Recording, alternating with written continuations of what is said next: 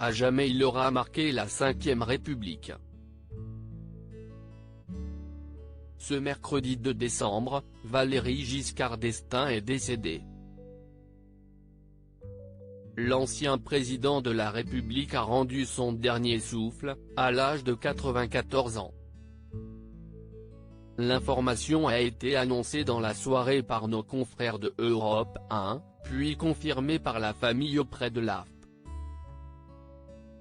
Quelques semaines plus tôt à la mi-novembre, l'ancien président de la République avait été admis dans le service de cardiologie de l'hôpital de Tours pour une insuffisance cardiaque.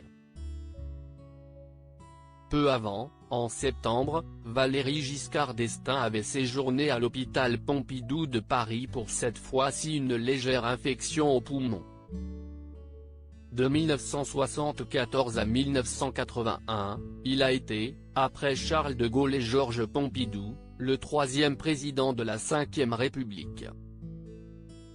Ministre de l'économie et des finances sous le septennat de son prédécesseur, Valéry Giscard d'Estaing devient candidat de la droite républicaine à l'élection présidentielle de 1974.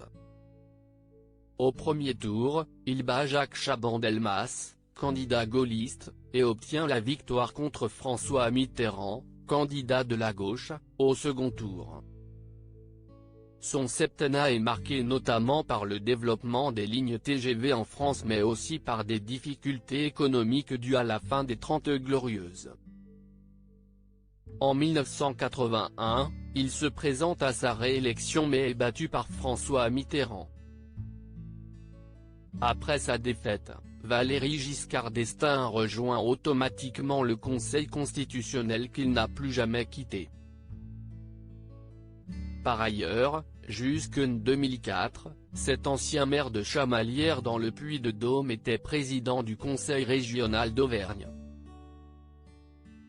Plus discret ces dernières années, Valéry Giscard d'Estaing avait refait parler de lui en mai dernier lorsqu'une journaliste allemande dépose une plainte contre lui pour des attouchements qui auraient eu lieu en 2018. L'ancien président se défend en qualifiant de grotesque cette plainte pour un geste dont personne n'a gardé le souvenir. En 2018, il connaît le drame de perdre sa plus jeune fille. Valéry Giscard d'Estaing était marié depuis 1952 à Anne-Ymonne Sauvage de Brantes, fille d'un ancien comte romain.